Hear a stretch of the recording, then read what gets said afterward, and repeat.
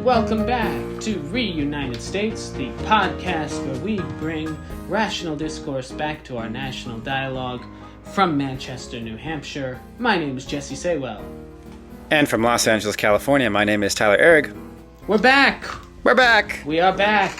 We're back! Glad to be back. Tyler, how's the summer treating you? Hot! It's so hot. I feel like it's been hotter this summer than the last few years, but it's hot. How was yours? Not quite as hot as Europe, I'll tell you that much. But no, Europe is having a tough time, that's for sure. Yeah. But how warm is it out there in LA? Global warming, who? Where I am right now, it's almost broken 100. But it's been in the high 90s, 95 to 98. And normally we get, maybe 2 weeks of this. And sometimes we'll get like an extra few days of like super hot temperatures. But it's actually been that way for maybe about 3 or 4 weeks now. It's been almost like a month of that constant like mid to high 90s with like one break maybe of an 87 day. But it's been a long heat wave. Good God. Wow. Yeah, we have been complaining over here about like 80, 81. Get out of here. No. I will say it has been humid. That has been like a really, there was a humidity like development across the entire country. So if you're listening to this, you very well may know what I'm talking about. But there was like surge of humidity that hit for a couple days last week. That was really brutal. But it has tamped down here. But yeah, we are in the high 70s, low 80s over here in New England, enjoying the most beautiful part of the year here in New England. Well, we in LA at least we had a double whammy. We had, I don't know if local people might know about this, others might not, but we had a huge warehouse fire in Boyle Heights. Oh right, I heard about this.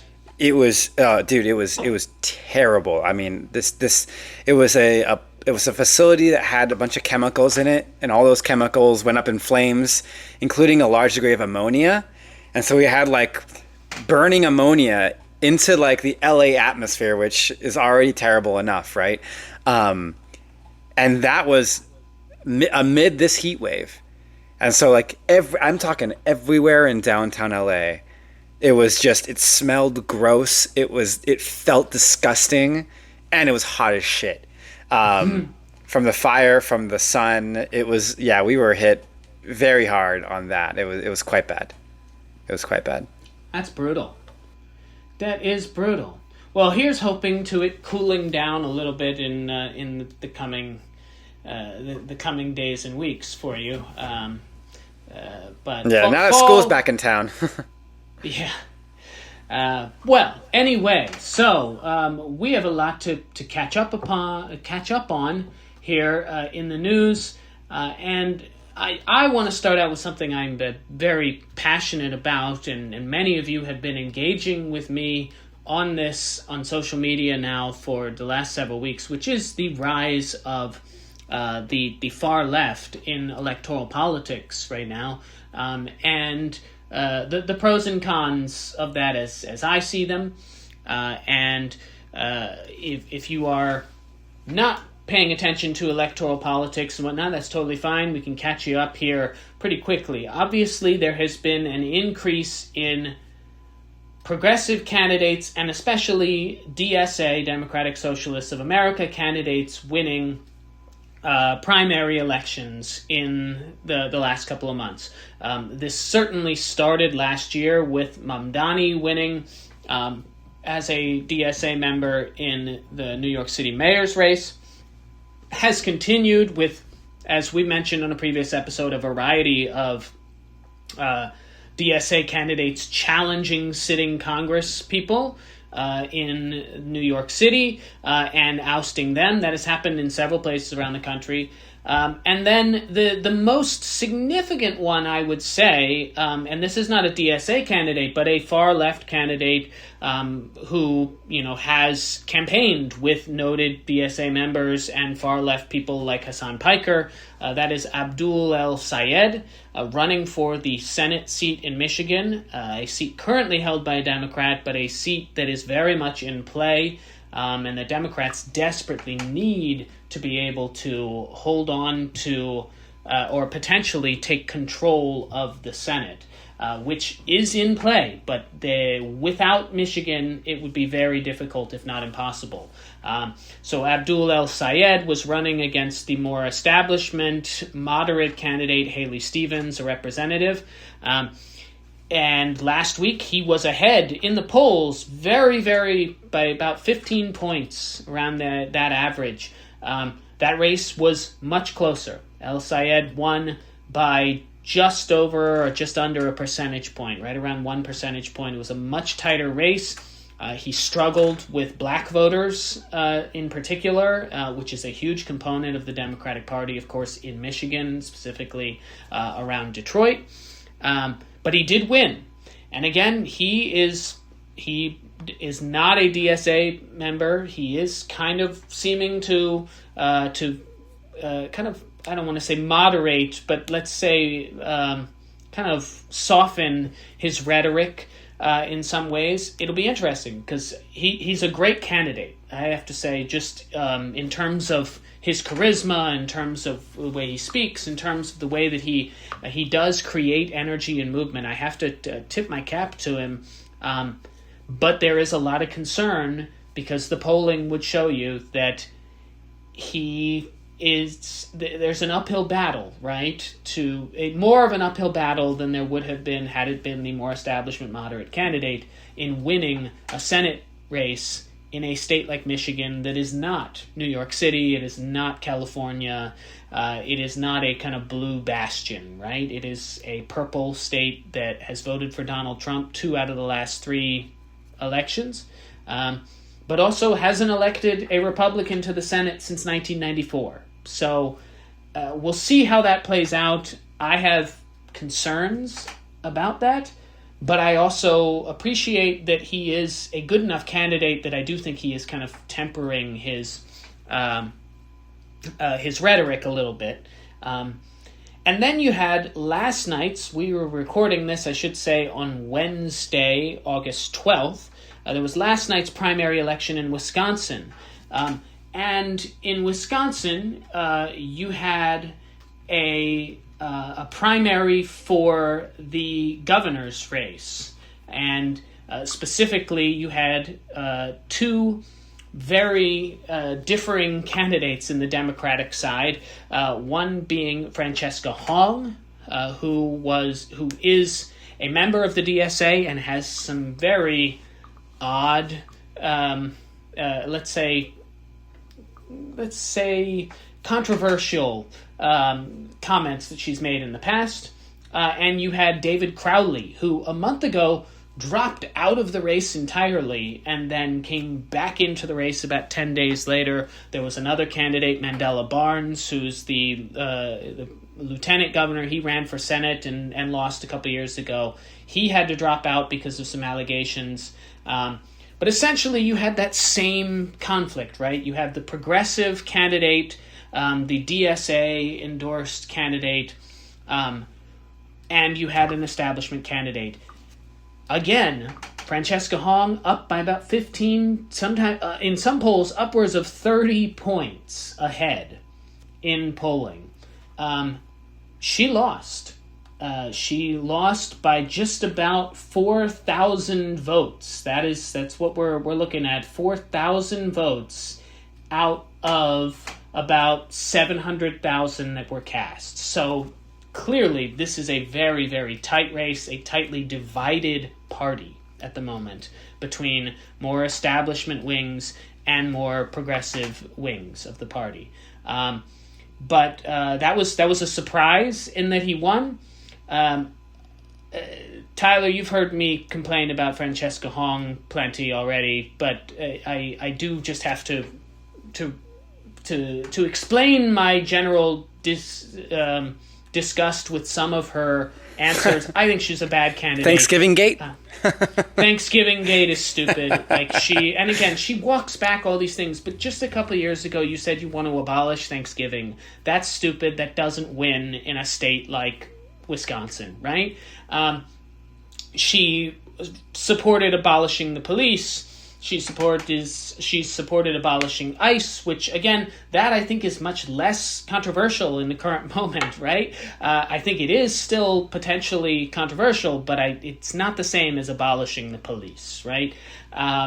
So there's any number of other weird things that she has said, I think, that ended up really weighing in the minds of a lot of voters about her electability. Because the reality is, the winner now being David Crowley, who we should say is an African-American, I believe would be the first African-American governor of Wisconsin in Wisconsin history. So, he's not an old white guy, right? Like running as the moderate candidate. But David Crowley will now be going up against a man named Tom Tiffany, who is an election denier. He believes that Donald Trump won the 2020 election and won the state of Wisconsin in that election. That is a lie. Both of those are lies. He believes that the federal government should have refused federal aid to the state of Wisconsin, the state that he wants to be the governor of, because they violated these laws and violated the election laws. He's a lunatic. And Francesca Hong was losing to him in polling consistently. David Crowley beats him consistently. And that's where the concern is once we get to these general elections.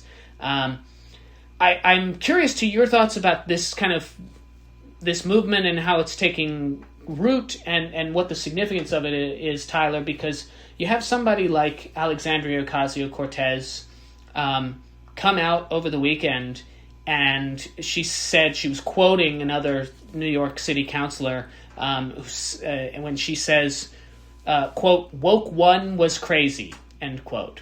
Woke one, referring to kind of the woke progressive movement that really came out of 2018, 2019, 2020, 2021, that period surrounding the pandemic, leading up to and coming out of the pandemic, the BLM movement, all of that. And she said woke one was crazy, and that essentially they said a lot of things that were not sensible, and they have to move away from them. I thought that was great. I think if Francesca Hong said some of those things rather than dancing around these positions, maybe I would have felt more comfortable with her as a candidate, just acknowledging. I can certainly acknowledge that in that period of time I said some things that I don't agree with anymore, that I don't believe in anymore. Evolution is important.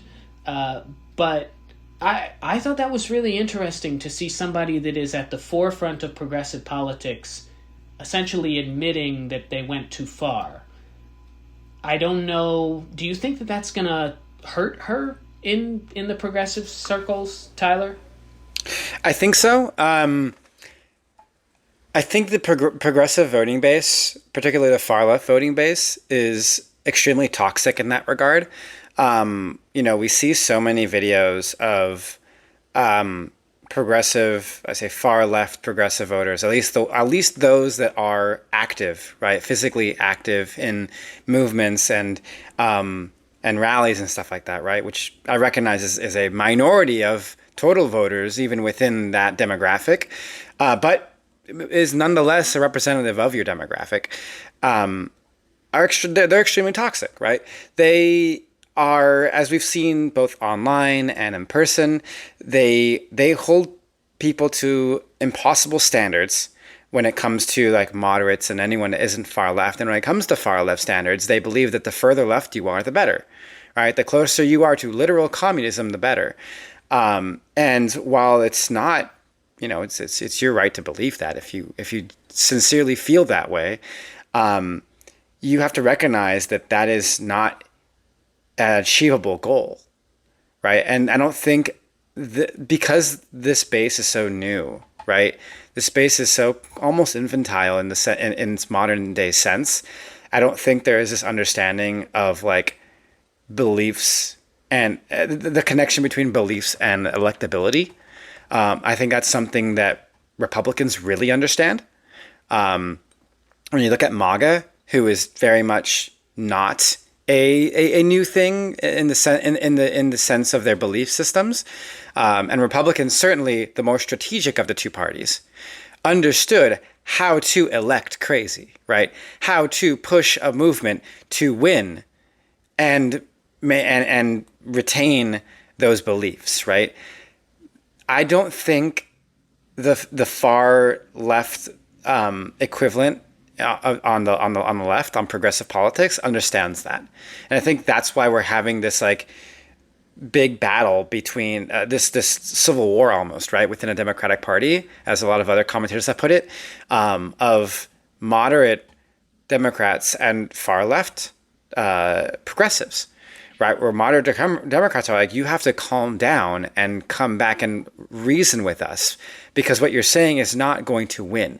We're not saying, and maybe I'm speaking for myself here, because I'm not, when I speak to progressive friends of mine, like extraordinarily progressive friends of mine, I'm not here disagreeing with what they believe in, right? In its essence. I'm not here saying you're crazy for thinking Medicare for all is like this achievable thing. I disagree. I'm not here disagreeing that, that the police system needs to be restructured and that needs to be reform in all of these entities, and that money needs to be taken out of all of these special interest groups and all these things, and that, we have to get APAC money out of candidates. I agree with all of that. Nobody disagrees with that unless you are on the far right. Right.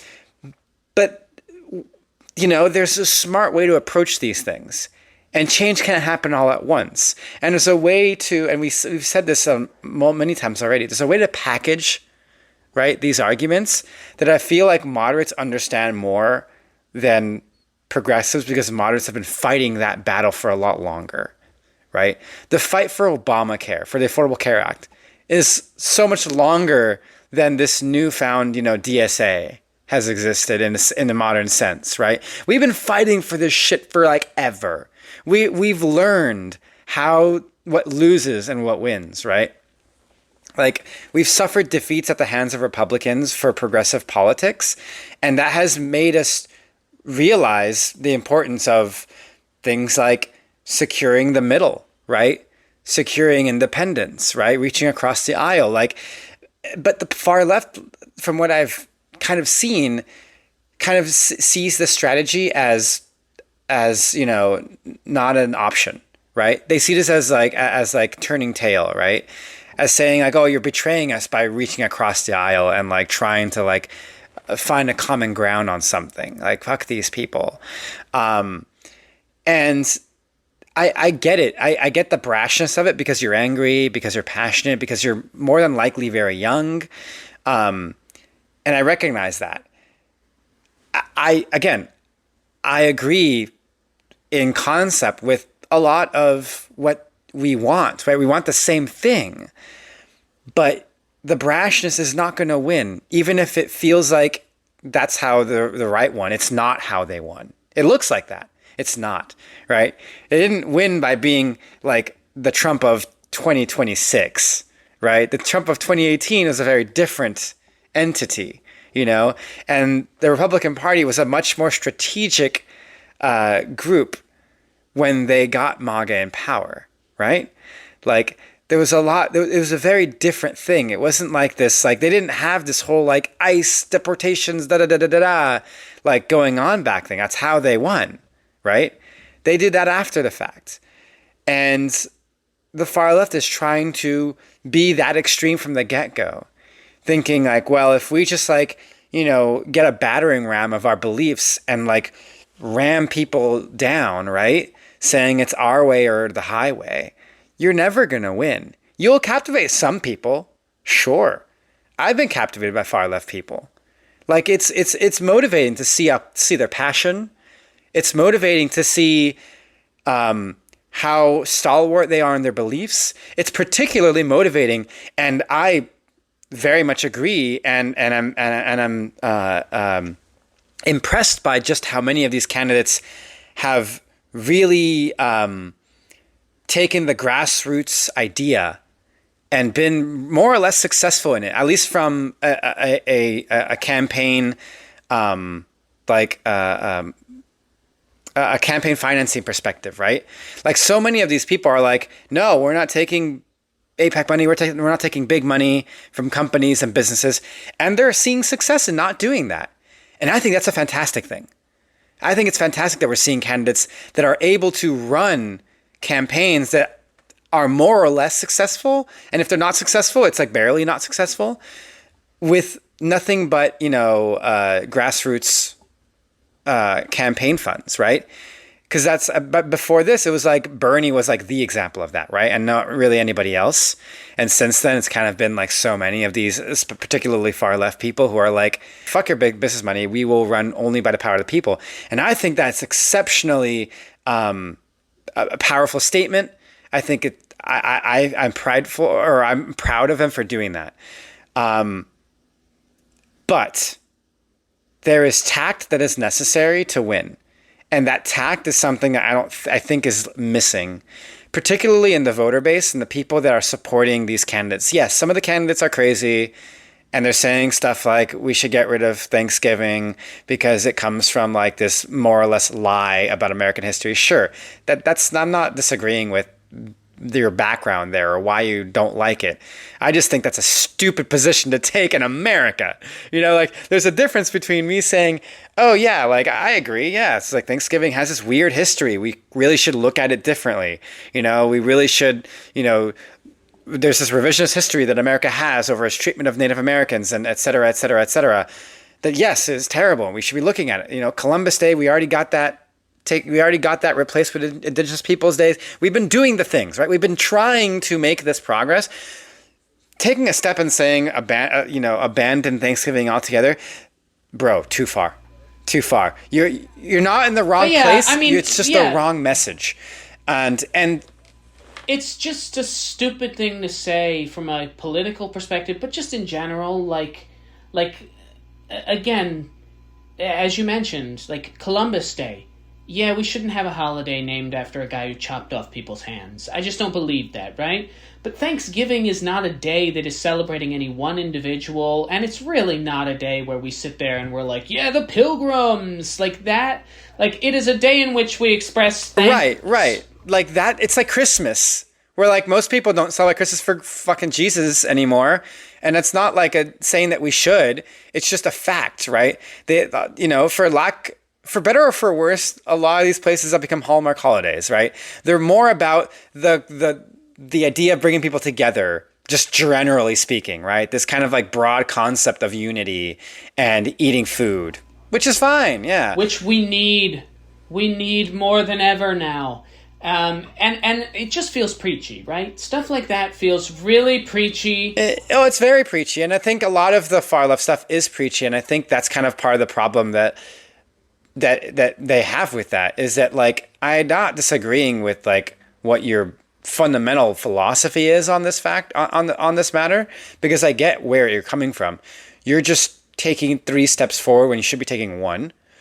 And that's why I have this soft spot for not the DSA, but particularly a lot of these candidates, because like I don't think they're bad people, and I don't think they have bad philosophy, like political philosophy, for many of them, not all of them, but many of them.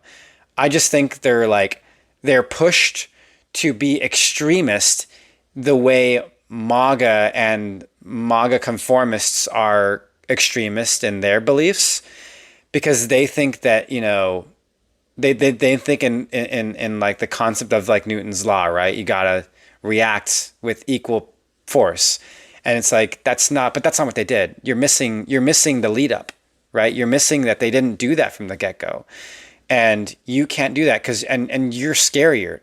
Sorry, you are. Like, you are scary to most Americans, and that might piss off people. Like, how can you say that someone who believes in, democratic socialism is scarier than a guy who believes in rounding up immigrants and shoving them in cages? Yeah, I mean, I agree with you that one of those things is certainly should be scared than the other, and it's, spoiler alert, the far right belief.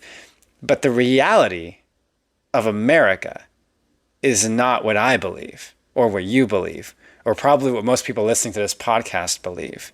There's a reality that we live in, and we have to play by the rules of that reality, right? And that's where it's like, I sympathize, man. Like I do, because I have a lot of these Yes. far left beliefs myself. Yes. I believe in Medicare for all. I believe in reforming police. I believe in all these things. I want them to happen just as passionately as any of these candidates do that say that they want those things to happen. Like, I sincerely believe that. And I know you do too. But there is also the reality that we live in. Right? When I say like we need moderation, or when we both say actually, when we both are like, oh, thank God, Crowley won, because it means that we have a better chance of winning the general, right? Like when we're grateful for that, it's not like, oh, poo poo on you, Yeah, far exactly. left person. Exactly. It's like, no, there is it's not because we don't like their ideas. It's because there is a reality that we live in. And I'm just trying to get us closer to that reality, or closer to getting our brain reality in real reality, right? Because we'll never do that if we don't play by the rules of where America is. You have to understand where America is. America isn't where Los Angeles is, or New York is, and these blue bubbles are, right? And people think that might be true because you live there, and I live in LA, and I'm thrilled. I live in LA, and I can yell out all kinds of crazy far left stuff, and people will like cheer for me on the streets, because it's normal there, and you'll get a sense that that's like where we are in America. It's not because I can walk, or I could drive to an hour out to Simi Valley, and I might get punched in the face for saying that. It's like, and that's most of America. Like. Most of America doesn't like this, and I get it. We're not talking about national elections here, so there's a little bit of a moot-ish point in talking about the national thing, but it does matter, right? Because elections at the state level at this point in time have become national debates, right? That's part of the globalization that's happening, right? Both nationally and internationally. The same way elections in England or Japan or literally any other like big-ish country, China, whatever, like elections in these other countries are also American issues, and Americans know about them. Americans weigh in on them. They might not be affected by them in the same way a Brit would, right? Or an Aussie or a Japanese person would, right? Like, but they're still affected by them, right? And they still have the knowledge to weigh in on them. And it's the same way nationally, where it's like, yeah, like, do we care about Wisconsin in California? I mean, technically, no, right? Like, it doesn't matter to us, but we know about it and we want to weigh in because because of the information highway. It's making all these things national issues. So we have to care. We have to care about the national pulse of America, even if this is like a small time, position in New York or Wisconsin or Chicago, right? Whatever. And it will matter matters to people in California in 2028 if the governor of Wisconsin is a conspiracy theorist who doesn't believe in elections when we are running a campaign in a swing state like Wisconsin. It will matter to all of us that we have somebody if we lose and the governor is a right-wing radical. It will matter to all of us. And that's why these races have to count. And I just want to kind of finish as concisely as I can about what I want. Because people are always like, oh, well, what are you working towards? I want a Democratic president, a Democratic House, and I want 50 Democratic senators who support abolishing the filibuster so that we can add 4 new senators, Democratic senators, from Washington, D.C. and from Puerto Rico, making them states. I want to pass Medicare for all. I want to pass the George Floyd Justice in Policing Act. I want to pass a Voting Rights Act, a new Voting Rights Act that ensures voting access for all voters around this country. I want all of those things, but the only way that we do that is if we get those 3 things. And the Senate is critical to that. And so fucking around with unserious candidates or candidates that are not poised to win these seats that are super competitive is just not, it's not okay with me. It is the reason why we haven't done this already. We needed 2 more senators who believed in abolishing the filibuster in the aftermath of the 2020 election. We didn't get them. You know what seats we lost? Maine and North Carolina. You know why we lost them? Because we went too far in proposing defund the police. Because Joe Biden outran congressional candidates by 9 points in those states. Because they trusted him more than they trusted Democrats in Congress. Because they were concerned they were going to go too far to the left. That is what I want. That's how you achieve these things that we all seem to agree that we want. But you have to think about it that way. You have to understand the math. And I get so frustrated. I talked to somebody the other day who is a DSA supporter who genuinely did not understand that that all states have 2 senators. Right? Like, this is somebody that posts about politics all the time, but does not understand that California has the same number of senators as South Dakota. Like, they genuinely didn't understand it. And so, if you don't understand the basics of how government works, you really can't be, you should not be the ones leading the arguments about what candidates should be, we should be putting forward. But we'll see. We will have to see. I hope that El Sayed wins. I hope that he backs away from Hassan Piker and that kind of faction. I don't think that that's helpful. And I am fascinated that AOC seems to understand that if she wants to have a national profile and any chance of ever becoming president one day, she needs to find her way back to a more middle ground, common sense position. And she has been doing that for several years now. And I have to admit, I'm very impressed. I really am. Well, yeah, that she is the perfect example of our position, right? Someone who believes philosophically, right, and politically in leftist ideology, right, in progressive ideology, wants all those things, has never wavered in our position to want those things as she has, but understanding that there is a game and you have to play it right in order to win, right? It is a game. You can't just you can't be honest. It sounds terrible, right? It sounds awful. Like, you can't be honest in politics. It's true. You can't be honest in politics. You have to play your cards right in order to get what you want. Like, that's how you win the game, whether you like it or not. And yes, you can hear this and be like, oh man, like that's just more reason why I hate politics, more reason why I hate America. Sure. Okay. That's fine. It doesn't. Doesn't make it any less true. Doesn't make it true. It doesn't make it any less true. Like, you want your way? Yes, you're going to have to worm your way through with very clever speech. Yes, people don't like politicians because they lie all the time. Yeah, they do, because that's how they get in power. It's like they do that. And sometimes they lie for personal benefit and it's awful. And sometimes they lie because that's literally the only way to get where you're at. And sometimes what you want to do is honest and genuine and good for the American people, but you still have to play the game to get there. You can't get there being like a perfect saint. Let's you just be can't. honest. Like, the way I feel about this, the DSA is the Tea Party. It is the leftist version of the Tea Party movement that came out of anger about the Obama administration. And the Tea Party, as much as they hated Obama, you know who they hated more? Mitch McConnell, John Boehner.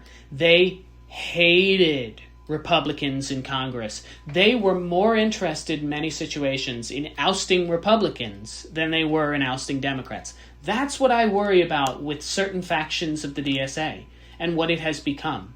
And Mitch McConnell, who is still dead, by the way. Right, who still what's going on? But yeah, I worry that that members of the DSA are more willing. They are so focused on rooting out moderates from the Democratic Party that they are willing to lose elections in the process. And I don't think they fully recognize that, like, what they will do in that is hurt the people that they claim to care about. But I hope I'm wrong, and I hope, look, yesterday was a good day for viable candidates who can win elections, right? I do want to talk about something that you and I just had quite a debate off camera about here, and we're going to try and make this as concise as possible. But so Dr. Anthony Fauci was brought before a Senate committee led by Rand Paul, who is a dick. And here's what I think, Tyler. His poor father. Yeah. Like, I swear. Ron Paul was like awesome. I cannot imagine how he must have felt. Yeah. Jesus. Anyway, what I think you and I agree on, Tyler, I hope I'm not incorrect in this, is that Fauci being brought forward before this Senate panel was entirely political. I do not blame him at all for taking the Fifth Amendment and refusing to answer any of the questions at the suggestion of his lawyer, because the only interest that these people seem to have is dredging up, concerns about Fauci and the pandemic, and this was entirely political. And Rand Paul, has openly said that he believes Fauci should be in jail, right? Which I think is ridiculous. I think that's absurd. All of that is absurd. I think him going up was completely fixed. Like, he knew that he was going up not to speak honestly and openly and be judged for what he's saying, but he knew that he was going to be screwed no matter what he said. Let's get it right. This is like it's a rigged jury without a jury, right? Yes. And it was a really disgusting display from these people who shouted at him, who cursed at him. Bernie Moreno, senator from Ohio, said, "Who the fuck do you think you are?" in a Senate hearing like that. The decorum is crazy, right? Like, I just think it's disgusting to do that, and all of this is heinous. What instigated this was a release of Fauci's diaries from 2020. And Rand Paul, of course, released this. So I have issues with the fact that it was released. I have all of this. But what came out from these diaries is a couple of things. One, Fauci thought Trump was a fucking idiot and a disaster for the country. Which he was, and no surprise there, right? Like, that's not surprising. Two was that Fauci was very, very flattered by the media persona that he had gotten, right? He said, "I'm the most famous person in America, if not the world."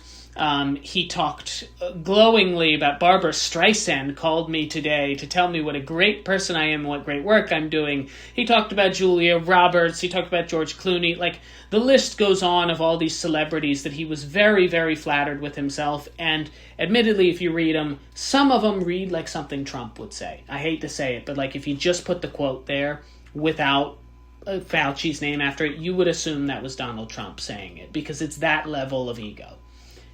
I don't say this with any sort of malice towards Fauci and what he's done, right? Okay, I just wanted to throw that out there, and that it is a cringe. Even his most ardent defenders would tell you that his journal is cringy. No criminality there or anything. The third part about it is the part that bothers me.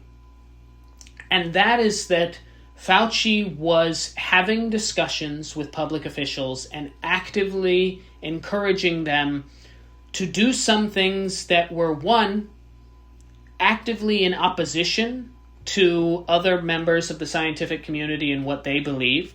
But Fauci was using his kind of persona to make these conversations. He was meeting with mayors, he was meeting with governors, individually outside of the realm of the overall COVID task force, outside of the kind of the administration. And granted, he was in the Trump administration with a guy who said that, you should inject yourself with bleach. So, like, let's understand that he, of course, was trying to work around that lunatic. But one of his colleagues, Dr. Deborah Birx, who was there that day when Trump said the thing about inject with bleach, if you remember her, she was the one that was kind of like, looked like, oh my God, this guy, right?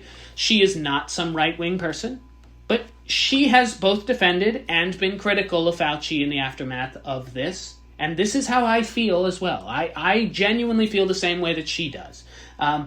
Because the diary recounts conversations that Fauci had with government leaders like Bill de Blasio, who was the mayor of New York, whom Fauci encouraged to close restaurants and bars, among many other things, right?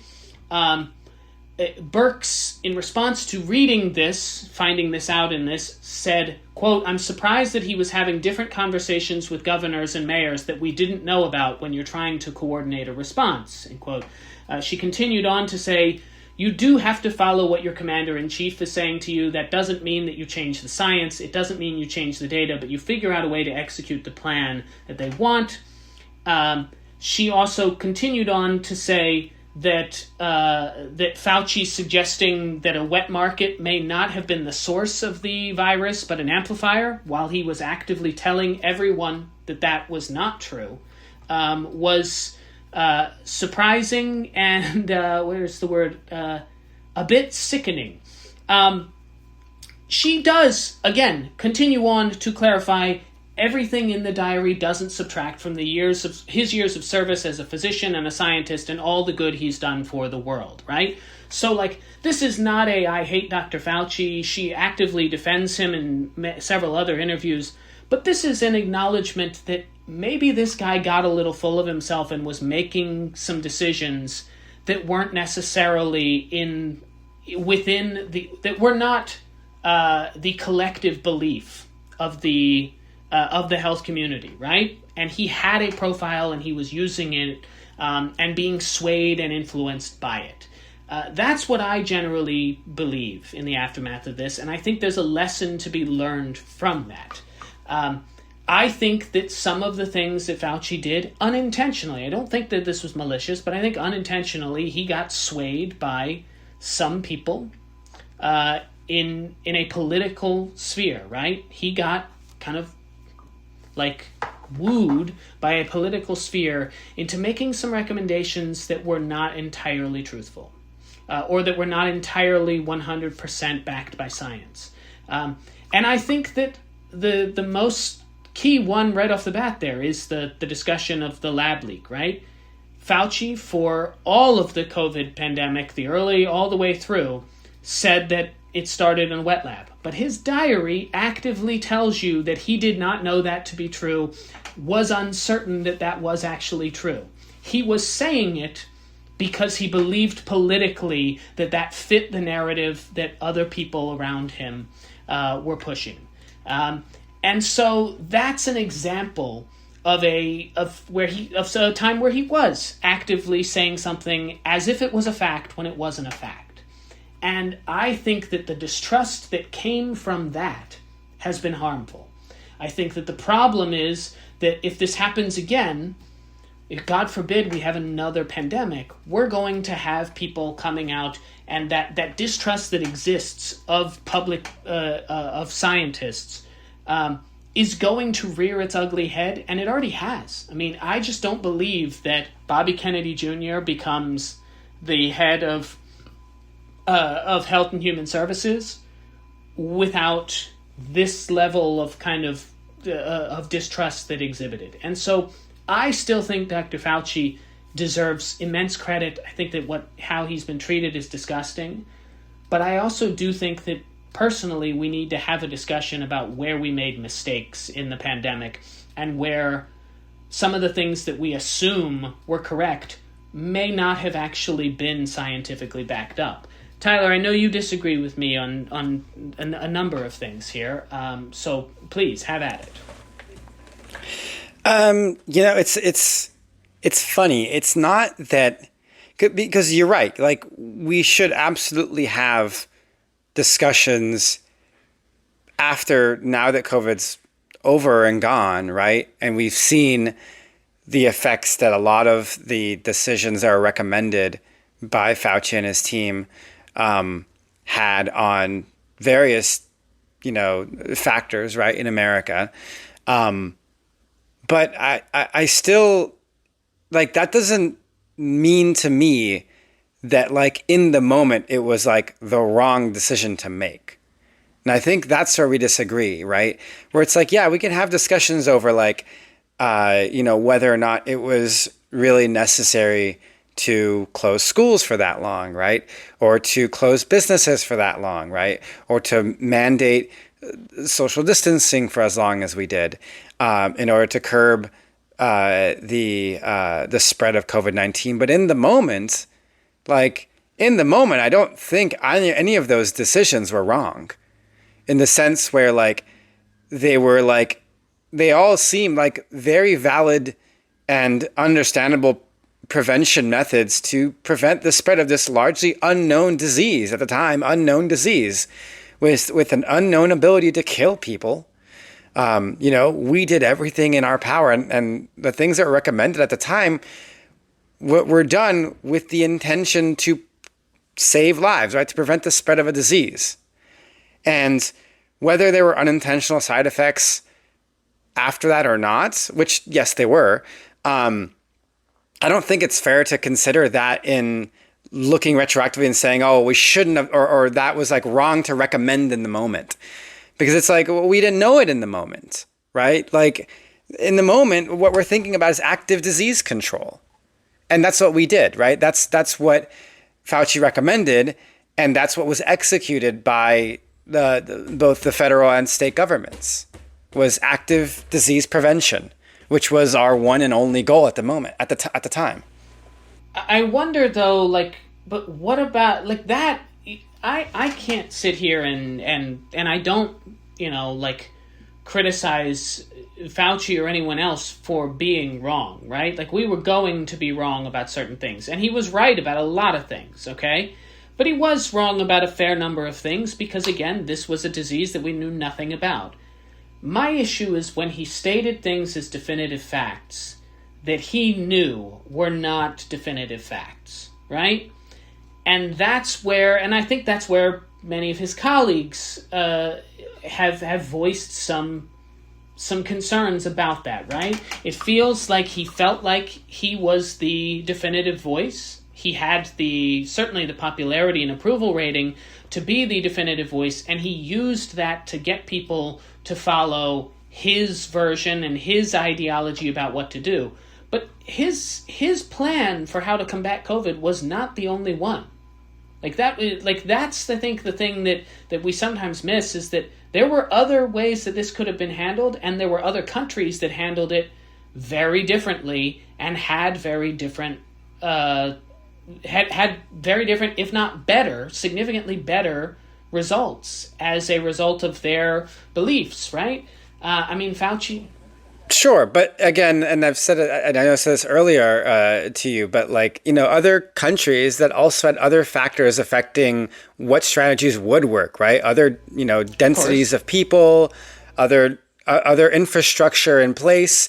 So it makes sense to me that every country would have its own unique answer to COVID-19 and its own unique response to curb the spread of that, because there's like 100 different variables that could affect why those responses would be different, right? There's no one size fits all. And I think that's actually part of the problem, right? Part of the problem that we had, that we both agree with, I think, in this regard, is that I think America treated, at the national stage, we treated it as a one size fits all solution, right? And I think we both agree it was not a one size fits all, and it's the same way with other countries, right? No one size fits all. Like, yes, there were blanket recommendations that were done by Fauci saying, hey, everyone should be closing bars and closing restaurants and closing beaches and staying indoors and wearing masks and not going to school and telecommuting from home.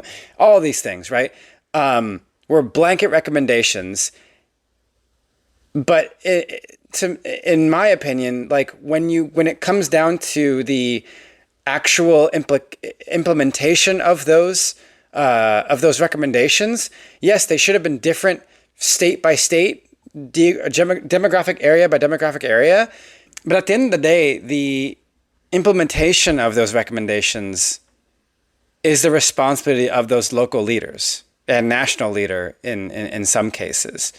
And it's their responsibility to consider factors outside of direct disease prevention, such as economic impacts and, other factors that might be affected, and determine what the right response is for their state, town, city, or country based off all of those things. It's not Fauci's responsibility to consider all of those factors when making a recommendation, because the way I see it, his one and only goal is disease control. It's not really control of anything else. It's not education control. It's not mental health control. It's not business control. It's just disease control. How they want to utilize that recommendation, that responsibility falls on the executor, which are those local leaders.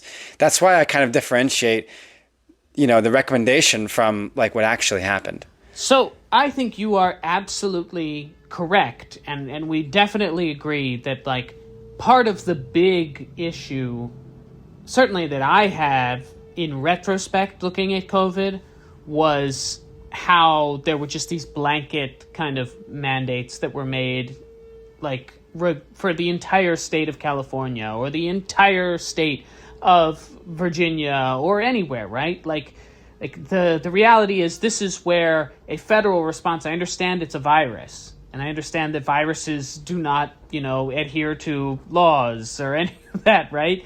But like if I remember very much, and I think I have an interesting perspective on COVID in that I lived in multiple different parts of the country during COVID. I was in Arizona when it hit. I was in South Carolina for the summer of 2020, which is after really the initial shutdowns when everything went back to being completely normal and they just pretended that COVID did not exist. I then did kind of a crazy road trip, but I did a road trip back to California going through a lot of national parks because I said, what's the best place that I can stay away from other people during this time period and not jeopardize anyone? Well, national parks, hiking, out, being away from people, out in public, that was a viable way, I think, to be able to do it. So I drove through much of the heartland of the country, per se, and then I spent significant amounts of time in Los Angeles because my now wife was still living in Los Angeles when I was in Arizona. So I bounced back and forth. I went back to South Carolina. I know everyone's like, you shouldn't have been traveling that much. Everything I did was within the okay, I did this, and then I isolated for a significant period of time after each time. Yeah, you listen to Fauci's advice. Go anywhere or interact with, my dad. I did listen to Fauci's advice, and let's not get into this I think Fauci was entirely a bad guy. That's not my argument. My argument is that for years, many of us, myself included, talked about him like he was a perfect hero throughout all of this, and I don't think that was true, and any more so. And in reading his diary, I have a bad taste in my mouth about some of these things, right? And I already had a general belief that, things that are true in Los Angeles were not necessarily true in, rural California, right? Driving up to Solvang, it felt really dumb in parts of the end of 2020, early part of 2021 in Solvang, California, that outdoor wineries couldn't give tastings, right? And I get, you're like, oh, what do we need to? Yes, those businesses need to. Those are small businesses who needed to do that. And at a certain point, yes, if you are a healthy person and you are not going to come in contact with older people, that's what most of these other countries did, right? Most other countries, Western nations, specifically focused on how do we protect immunocompromised people while not disturbing the quality of life for others. And you see that in they have not had the same level of issues with education that we have had nationally, where our kids were out of school for far longer than most other countries. And yes, you can say, oh, the U.S. is different. Yes, some parts of the U.S. are different, but some parts are not. And we treated it largely like it was this blanket statement of, okay, we follow the scientists, we follow the science and what it says 100%, but the science is not, as you mentioned astutely, I think, the science is not always taking into account the benefit, the cost-benefit analysis of jobs, of exercise, of any number of things. And my argument that, and one of the things that, you and I got into earlier was like, my argument is look at Florida versus California. In 2020, the death rate, this is CDC statistics I'm looking at right here from 2020. The death rate in California was 68.7. The death rate in Florida was 56.4. That's with Florida basically abandoning all precautions, mask mandates, schools reopened. All of that happened in Florida with an older, extremely older population, a vulnerable population in the state of Florida.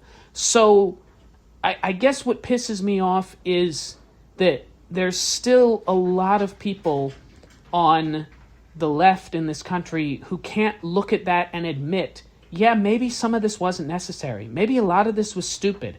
And I'm not saying, okay, like, shame on you, like, you guys did you guys were being overcautious, whatever. Like, I feel that way about schools because I think that was done for a lobbying reason. I think that was political.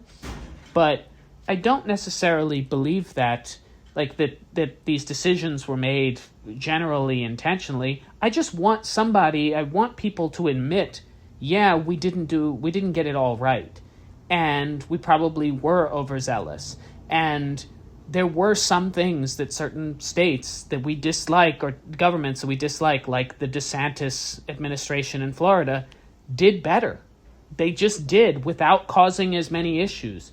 That's where I'm like, can't we just have an honest discussion and admit that, yeah, maybe Fauci did make mistakes and maybe he should own up to some of these mistakes. And you're talking about, yes, he did all of these things with the general interest. There are what about the things where he specifically knew that certain things were not true? Looking at what happened in 2020 and 2021, there were moments in which Dr. Fauci said things that he actively wrote that he thought he didn't know to be fact, and he stated them as facts.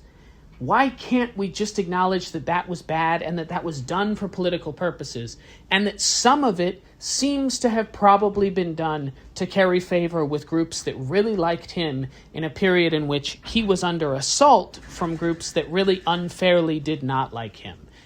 Is that fair to say? I think for some things it is. I'll highlight one particular thing that I think it is that I'll defend. And I know it's not the only thing, so don't come at me with well, that's just one thing. I know it's just one thing, but the origin of the virus, the whole it started in a lab in Wuhan. It didn't start in a lab in Wuhan. It was Chinese. Wasn't all that kind of the back and forth of this overall belief that it originated in a lab in China. Fauci himself saying no in the beginning, right? A lot of people saying no, that's not true. It had some other origin. And knowing now after the fact that it did in fact originate in a lab in China, that ended up being more or less the truth. I do recognize why it may not have been in the best interest of the public to, regardless of whether or not it was true or true enough, to point to China and as blame for the virus. I see it, because what happened as a result of a lot of that anti-China sentiment in relation to the virus, we saw a lot of anti-Asian American hate, and a lot of that was, or much of that was related to the virus, right? We did see data come out that showed an influx of Asian American hate because of the virus, because of the alleged, now true, origin of the virus. And I don't see why the origin of the virus is necessary for the public to know. Like, in that regard, if it's safety over an entire community and like the specifics over where it came from, like, it's here. We just need to know about how to deal with it. Right? I get that that information is important in the long run, but in the moment, when we know that that knowledge or that suspect knowledge was resulting in hate of a specific ethno group in America, yeah, I'd rather be ignorant so those people don't get blamed for it. People who are blameless, by the way, for the virus and who are being attacked simply because they share a nationality with this country that was responsible. Yeah, I'd rather be ignorant to save them like that. And for that purpose, I'm like, yeah, sure. Don't tell me. I don't care. You can tell me after the fact. Because we saw what was happening when those conspiracies were running rampant, right? When everyone was like, oh, it's China's fault. China brought the virus. It's all the China's fault. Like, we saw what that did to the American public. We saw what that sentiment brought. So yeah, no, I don't see why it matters. Oh, because what should matter is how to deal with it. What should matter is how we get past COVID, not who we blame for COVID. That's for politicians, world leaders to figure out. Let them point fingers and do that whole thing. The American public doesn't need to point fingers. Like, we just need to live, survive. So here's where I'm going to push back really strenuously on you, because I sure. Genuinely, this might be the biggest disagreement I've ever had with you. I think I think you are 1 billion% wrong on this. I think that we needed to know in the early phase of the pandemic where this came from, and the fear. And this is as much Trump's fault, for the record, as it is Fauci's fault. Like, let's be clear about anybody's fault, right? Like, Trump was calling it the Kung flu. He was being racist as hell. It was disgusting, okay? All right? And all of that was disgusting. And the treatment of Asian Americans was absolutely disgusting in the process of all of this. And I say this because I saw it in Arizona. I remember in the early parts of the pandemic, before everything shut down, there were people that were like afraid. There were students that were afraid to be around Asian students, and that was fucked up and it was wrong, right? But here's the issue: politically, it seems very clear to me that Fauci and others were factoring that in, and I get that they did not want people of Asian backgrounds and certainly of Chinese backgrounds to be persecuted. But in a pandemic, the first thing you want to do is be able to find out what the hell happened and where did it come from, because that will tell you the best ways to go and potentially treat it, cure it, whatnot. And the Chinese Communist Party, which is who's responsible if it was in that lab, right? Like, not the Chinese people. And it pisses me off again that we can't separate governments from the people that live within them, right? And that's where I agree with you wholeheartedly. The Asian hate, disgusting. But we needed, in the early period of COVID, to be able to go out there and figure out where did it start and how did this happen so we can better prevent it from happening again, right? And the only time you get to do that is not later. You don't get to do it after the CCP gets to cover their trail, right? That's why we'll never definitively know if it came from a lab, because we have never been able to get people over there to China to investigate. And we should have. In the early period of COVID, the Trump administration should have sent people to China, demanded, we are sending investigators into China to figure out where this came from so that we have all the information about what it is. And the only reason that didn't happen is because Fauci and many others insisted that this came from a wet lab, or from a wet market, not a lab, insisted, even though he knew that there was a possibility that could not be true, right? Even though he privately expressed skepticism over that belief, he was saying that. And that is what needed to happen. In that period, we desperately needed to do that. And out of fear of repercussions, out of fear of the racism of our own people, we didn't do what was best based on the facts to figure out where it came from. And now we will never know. And because of that, we are less prepared for the next one. Because we still don't have a definitive answer, and China certainly isn't now going to let us do that, right? In the moment, under international pressure, they very well may have allowed us in, right? One way or the other, we could have forced our way in that moment of crisis to say, we're sending us, fucking shoot us down, right? Like, that's what a leader would have done in that moment. That's what would have been beneficial for us. And instead, we spent all of the pandemic, all of this period of the pandemic, of shutdown, lockdown, all of this, those of us who even thought it fair to just say that maybe it came from a lab, which was not like, oh, some crazy conspiracy theory. It came from Wuhan. We all know it came from Wuhan, and Wuhan is one of the only labs in the entire world that works on these viruses, that tests these live viruses, right? It's one of the only ones. So the coincidence is either crazy or that's a viable theory as to how this happened. And we got silenced, we got canceled on Facebook, we got called, we got accused of racism towards China. And it's not like, oh, this is just a me thing. This happened with so many people just for asking the question. And that's where I think, in some ways, it feels like Fauci and others in the community were playing judge, jury, executioner. Like, they were making the decisions about 100%, this is what we're telling you, you have to believe us 100%. And by stating it that way, rather than this is what we believe, this is what we think in the moment, right? By making it these mandates, and by, from what you see in his journals, privately going behind the back of his own administration to try to lobby with certain groups, whether it be governors, mayors, whoever, to put in these mandates, which is, in theory, beyond his position, right? That's not really his role. At the time, as the head of infectious disease, that was not his role to do that. That creates distrust.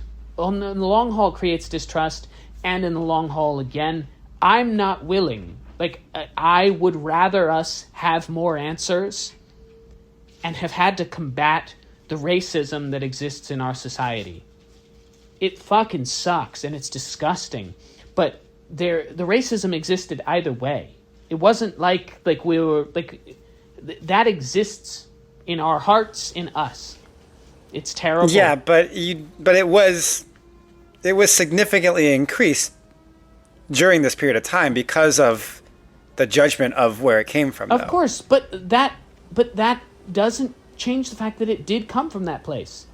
That doesn't mean that it's a reflection on the people. Right. But let me respond to what you said earlier. You said we needed to know this because we needed to be able to take proactive measures to address it, to investigate it, and do all these things to be better prepared in the future. You're right, we do.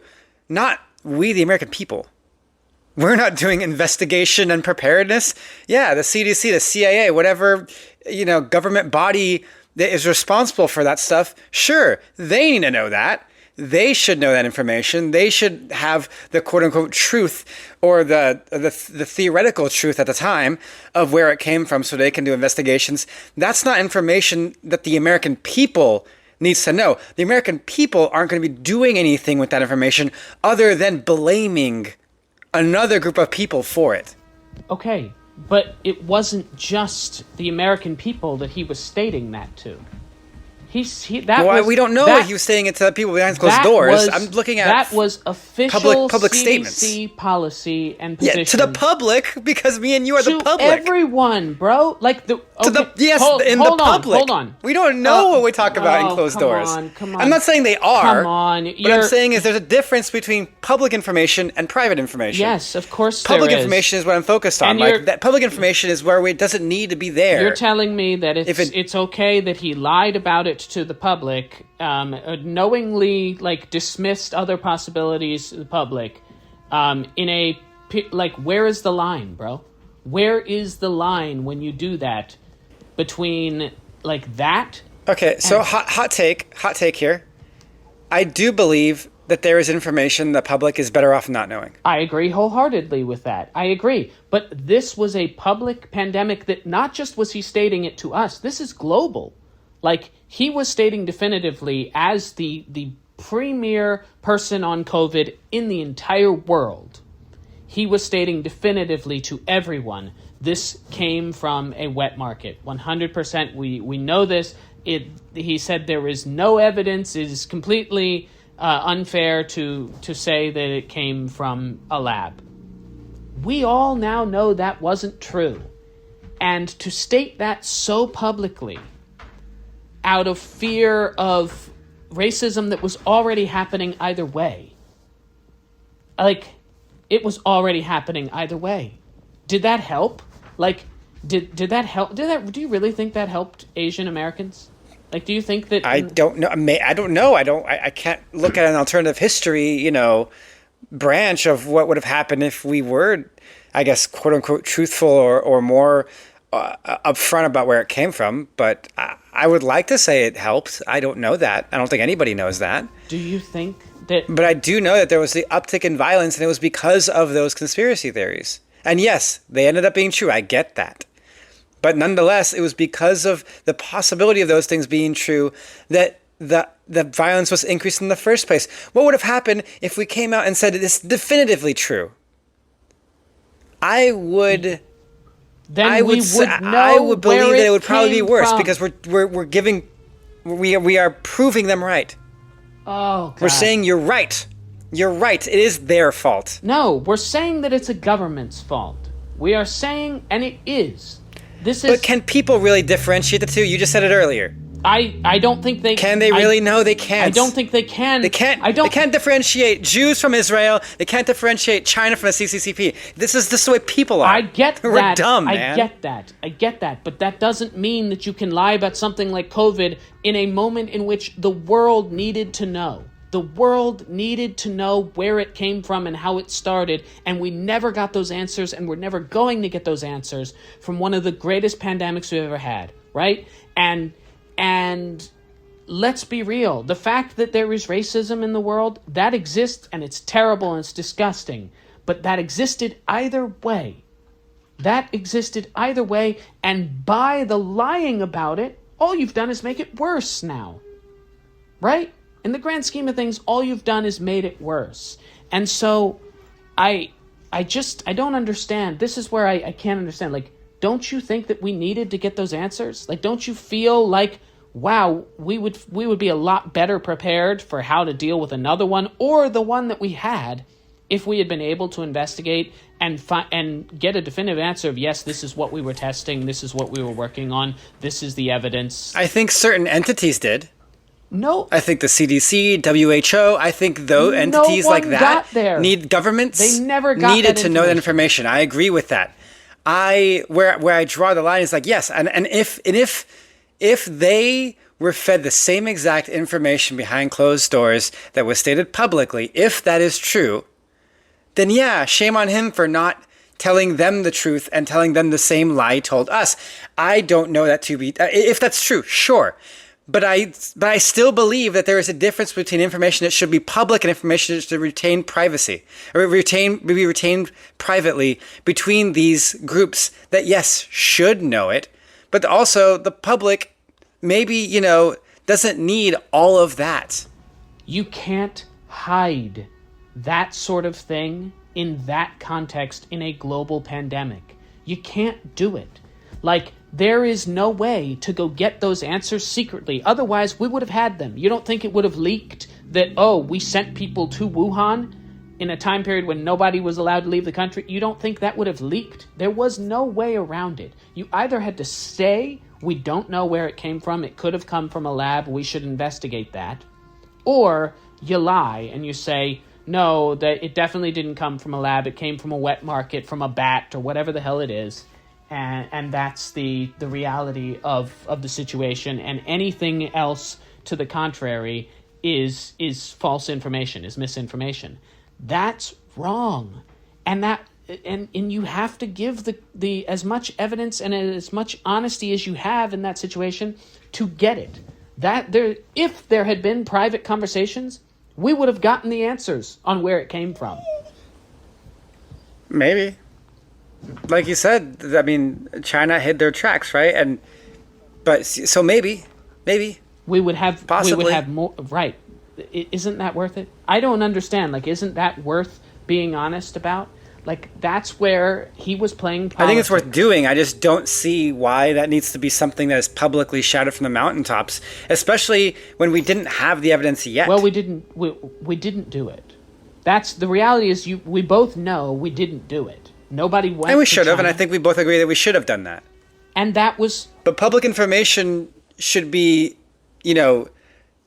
if something is going to be stated for fact, and I know I'm kind of walking back a previous argument that you made over like how Fauci was saying things that weren't like demonstrably true and saying them as fact, right? But I think in this case, that actually applies here in the sense where it's like, if at the time it was a theory, even a strong theory that it came from a lab in Wuhan, I would be like, yeah, I don't want that information to be said as fact until we had evidence to back it up. And so if the lack of evidence meant we had to deny the quote unquote truth that it came from a lab because we weren't certain of it back then I don't see the fault in that logic, because we didn't have the evidence at the time to prove it. What if we were wrong? What if he said, yes, it's Wuhan lab origin, and he was wrong? That would have been wrong, international too. Crisis. All he had to say was, we don't know. And that would have been an international crisis, as opposed to just saying, hey, guys, it's not there because there's no evidence or whatever. I'm not. That could I'm have not led to a war if we were pointing fingers with absolute truth. I'm not arguing that he claimed something that wasn't true. I'm arguing that he should have not said things definitively as fact that he knew were not definitive facts, right? And there are multiple other people who were involved in the CDC and the NHS who worked with Fauci, who have a lot of respect for him, who are not like MAGA people or Bobby Kennedy people or crazy people. These are actual doctors and scientists who are still working for these organizations, who have admittedly said since then, like, we questioned some of the information that was coming from him as it was coming, and that it did at times feel like it was political, that it was purposefully political. And that's where the issue is. Which it was. I think we both agree. A lot of information was politically driven. And that's the criticism. And I think that's fair criticism. I don't think that takes away from the fact that he did good. I think he was a net good, and that he handled the situation as best as he possibly could on most grounds. I just think, and I do think, that he cared about controlling the virus. I just also think that he was moved politically by a distaste for Trump, which I don't blame him for, but also a wooing of celebrity.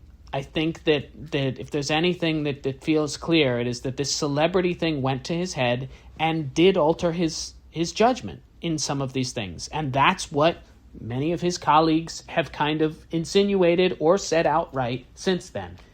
I don't understand why that's controversial to say. Like, I don't understand why we can't have a nuanced discussion in which we admit that, yeah, he made some mistakes, and that we, as leftists who believed the science wholeheartedly, and I was one of them that just, like, constantly preached, like, believe the scientists, trust the scientists, all of this. Looking back, I wish I had been a little more skeptical on some areas. I do. I genuinely reflect and think I probably went along too much with the crowd, and there was a lot of groupthink going on. And I don't think, sometimes that's necessary, but I don't think that when it comes to a pandemic, lying for the greater good, I think you have to be really judicious about what that is, because the long-term ramifications of dishonesty from people in government and people involved in science, scientists and doctors and whatnot, any instances of dishonesty or misleading the public have led to a level of distrust in which we now trust our science community and our health community less now than we ever have. I mean, would you disagree with that? Do you I feel I don't disagree. I don't disagree with that. So now we're in a situation where it's going to be worse. The next pandemic will be worse, and it will be even more political than the first one. Sure. And I think a lot of that is because people, like you said, what we saw during COVID was that people either believed science blindly or objected to science equally blindly. There was nobody taking a nuanced approach to anything. You either had Ron DeSantis saying, fuck the science, I'm just going to let, everything run rampant. Or you had a Gavin Newsom who said, you say close down, I will close down. And then have a party in a restaurant. Yes, except for me going to French Laundry. Must have my dinner in Napa. But and you're right. There is an issue with both blind trust and blind rejection of subject matter experts. And I guess the takeaway from that is just that nobody is perfect. Nobody has all the answers. And I think a lot of people constantly look for some one person to have all the answers to a problem. And when one person has enough answers to a problem that they like, they will say, well, there's my Messiah, right? There's my Christ that I can believe on everything. And it's not until that person is proven wrong without a shadow of a doubt that their worldview kind of shatters, right? But there still exists this issue where people constantly continue to look for their deity, right? Everyone wants some sort of deity, some all-knowing entity or person, whether it's a real person or a deity, a religious figure or whatever, right? Everyone's looking for somebody that will never do wrong and never say wrong or be wrong in a world where there is no such thing as a flawless being, right? And I wish I could, take what you're saying and be like, yeah, we should question everything, right? I guess you're right. We should question everything. We should question science. We should take anything someone says and then cross-reference it with studies, scientific and otherwise, to determine if what they're saying is true. But maybe it's the fact that my faith in humanity, at least in our country, is all but shot. My fear now, same thing, kind of earlier we talked about the Asian American hate thing, my fear of saying, quote unquote, what was believed to be the truth was an influx in hate and violence against a specific group of people. And I, again, just as my opinion, was that, I'd rather protect them than spread something that's more probably true, but was still uncertain. In the same way, if I start touting people to question science at every turn, I start sounding eerily similar to people who, question a doctor when they say take this vaccine, or something that is a lot more no duh. like you should do this, I feel like it's a slippery slope. When you start questioning, and then you start like, and then it becomes like the, denialism of vaccines and medication and doctors and stuff like that. And it's like, well, no, like we have to trust these people. What had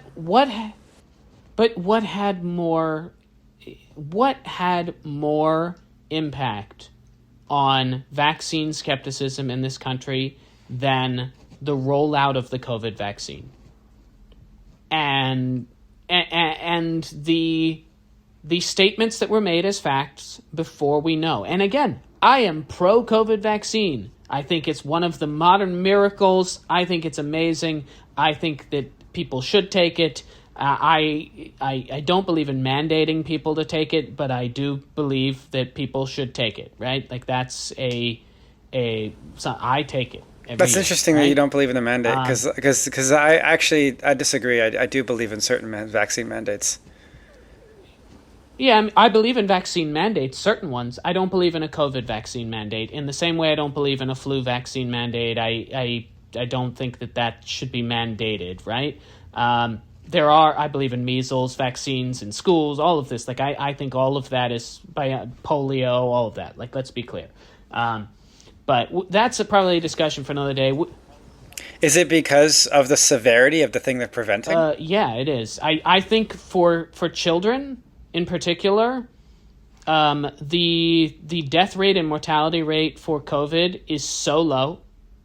It's like so infinitesimal that, and the severe disease, again, same thing. Like, I don't think that's the sort of thing that you need to mandate in schools. I understand why we did in a period of time, and I believe in school mandates for vaccines for most things. Again, COVID, I think if I was a parent, I would, but I do think that at some point we have to stop. There are some lines where we have to stop telling parents how to raise a kid, and that's one where I can understand the skepticism, right? I understood it in the time period when people were like, why is my 100-pound kid being forced to take the same dosage of vaccine as me, a 300-pound man? I remember that conversation very clearly with somebody who I disagreed with on pretty much everything, but I got the logic there. I can understand why he was concerned. And granted, his child did get the vaccine. His child was fine, right? But I get the logic and concern. This backlash against other vaccines that has come out of this is where I get upset. Because I think by forcing people to take the COVID vaccine, you created a whole army of people who were like, and by the fact that the vaccine was told, okay, I mean, Fauci said, you will not get COVID. Well, you will get COVID if you get the vaccine. You just won't die from it. And if they had said that from the start, right? Like, this is about not dying from the disease. You won't get COVID. You won't be able to spread COVID. None of those were true. None of those things were true. And I can buy into okay, well, we thought they were true, but then the variants came and that changed everything, right? But what I heard from a lot of people in the time period after COVID was they were still spewing the facts from the scientists from 2 years prior. They were still saying, oh, well, if you don't get it, then you shouldn't be around anyone who's unvaccinated, whatever. No, at a certain point it became, you take the vaccine to protect yourself. That's what you're doing. It's not about anybody else. You're taking it to protect yourself from getting severely ill if you get COVID. You're less likely to get it, but you probably will get it at some point. And so that's my general perspective on it. I think that's how a lot of people feel about the COVID vaccine, and they feel like they were a little bit misled about what it was going to do. And, that anger over being forced to do it has made them more open to somebody like Bobby Kennedy Jr., who says all vaccines are bad and vaccines cause autism and all of this. Like, it opened them to a skepticism of the health community that is plaguing the country and is now going to kill more people. But do you not blame the RFK Jr. in that case, considering he is the conduit for like that Of skepticism. course, I blame him. Well, I blame the people Because like what of course I Fauci's do, saying, but yeah, sure, it's not. you think It's slightly misleading, but it's no more misleading than like what plenty of other scientists say about plenty of other vaccines throughout the history of vaccination in the United States. Right? We've always been like, this will like be a magical cure-all, and it ends up being a cure most. It's like it's not okay? super. I get that it's a different time, and like the implication is slightly different.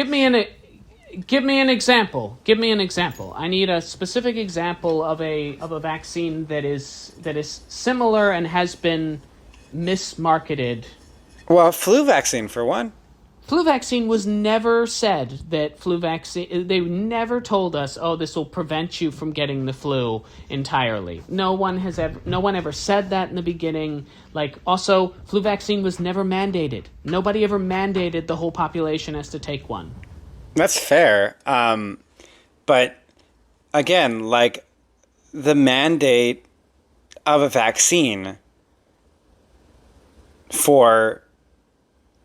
to curb, again, to assist in curbing the death caused by spread of a virus, I don't know, to me it seems like a reasonable thing to do. Did it curb the spread of the virus in the way they said it would? It curbed the deaths of the virus, as you said. It did. So it protected the people who took it, right? Right. Which should be enough. But this idea of like, oh, we all have to take it or else it won't work, that was not true. That was and that can be in hindsight, all of that, right? But that was not true. Like, you still give it to other people. I've still had COVID, even though I get my shots, my boosters regularly. I've had it multiple times. I've given it to other people, like, in spite of the fact I had that. Like, that was not true.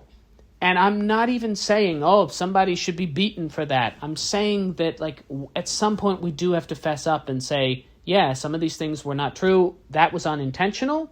Or maybe some of it was, oh, well, we were trying to get as many people to get it as possible. But the like, we were right mentality of certain people, we were right about almost everything mentality of certain people, and everyone else was wrong, I think is where the problem is. And I think it has created more distrust. And so, yeah, I blame people like Bobby Kennedy Jr., but he doesn't exist without the millions and millions of people that felt betrayed and felt a level of distrust in their government based on how that was handled, based on vaccine mandates.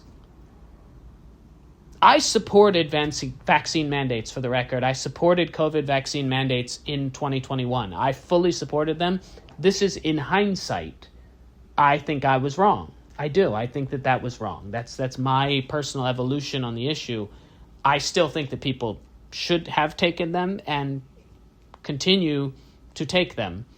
But I do think that mandating people to do it was more harmful than the alternative, which would have been, here's this amazing thing, take it and save your life. I will say, I don't disagree with the mandate on paper, because I believe that it was a necessary thing for everyone to get. I do agree, though, that the mandate had disastrous consequences.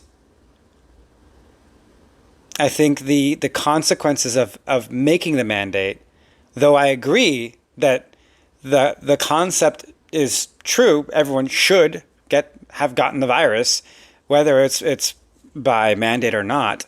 I understand. I recognize that the mandate itself had consequences that were perhaps unforeseeable at the time, over like causing this uproar of like, you're not gonna jab me with no needle, microchip, blah, blah, blah, blah, blah, blah. Like it caused like this entire like uprising of like anti-vax people, and even quasi anti-vax people, like people who didn't previously kind of drink the Kool-Aid of, autism vaccinations, blah, blah, blah. I think there were also like quasi anti-vax people that then got lumped in with them and kind of absorbed by that entire movement. I saw this at work. I mean, we had at work we had a vaccine mandate, and we had people who were like, no, I refuse to for XYZ reason.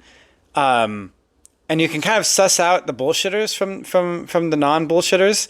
But regardless of whether or not they were giving me a bullshit reason or not, it's the fact of the matter is it separated them from us, right? It created this divide of people who were both skeptical and the people who were like, nah, vaccines, autism, blah, blah, right? Like the super anti-vax crowd, right? It grouped them together, and it created a divide between them and those of us that were like, yeah, man, vaccines are cool. Science is cool. And we're just kind of, I want to say blindly accepting it, but for the most part, trusting that the science was right and that the vaccines were, are the answer to curbing the spread and the death caused by certain diseases. So I recognize that politically not a smart move, but that doesn't mean I don't think it should have happened. I do think a mandate was still the right move in the interest of public health. Again, solely in the interest of public health.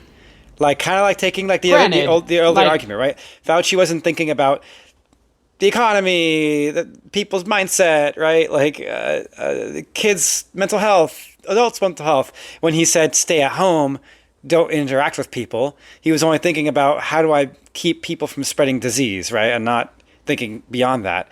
I think in the same... But he was very much politically thinking about other things. Maybe, sure. Like that's a reality, right? Probably. Like we know he was thinking about, he had conversations with teachers unions, right? Like and they were very much pressuring him to continue to have schools closed. That was a bad recommendation, right? And Fauci had the political clout to make those things happen. And I think that's why a lot of people resent him. I don't think that it's fair. I still think that, again, he was a great public servant. I just think that this has changed my view of him and a little bit, and in general reminds me of my belief that, like, the two extremes are not good. The finding, even in public health, even in a situation like COVID, finding some semblance of middle ground in between the we believe them 100% no matter what they say crowd, which is how you end up with people wearing masks in their car, and wiping down food as it arrives, right? Or you have the people who are like, COVID doesn't exist and we're going to pretend that everything is normal and, But one of those people is clearly more dangerous than the other. Yes. Yeah. Oh, yeah. Right? Like, wearing a mask in your car, is it silly and dumb? Yeah, it's silly and dumb. Is it fun to make fun of? Absolutely. Is it harming anyone? I would argue that it just looks silly. That the school thing is the primary argument that has damaged our society irreparably. It has damaged young people more than anything has in the last 25 years, and that is the extremism version of, okay, we take them at their word. There needed to be a discussion of, like, okay, but, like... And that buck stopped with the executors of the policy, which were, like, local leaders. Who were being in... Fauci wasn't shutting down schools. He just said that we should, right? He was actively saying that we should, and he was doing that publicly and privately and going out and saying that to people and encouraging them to do that while he was having discussions with the teachers' unions, which were the primary people pushing to have schools shut down for long, lengthy periods of time, right? Because teachers did not want to get COVID and potentially die. And I understand. Okay, and there's a whole other discussion we can talk about, the prevalence of unions and their influence on politicians.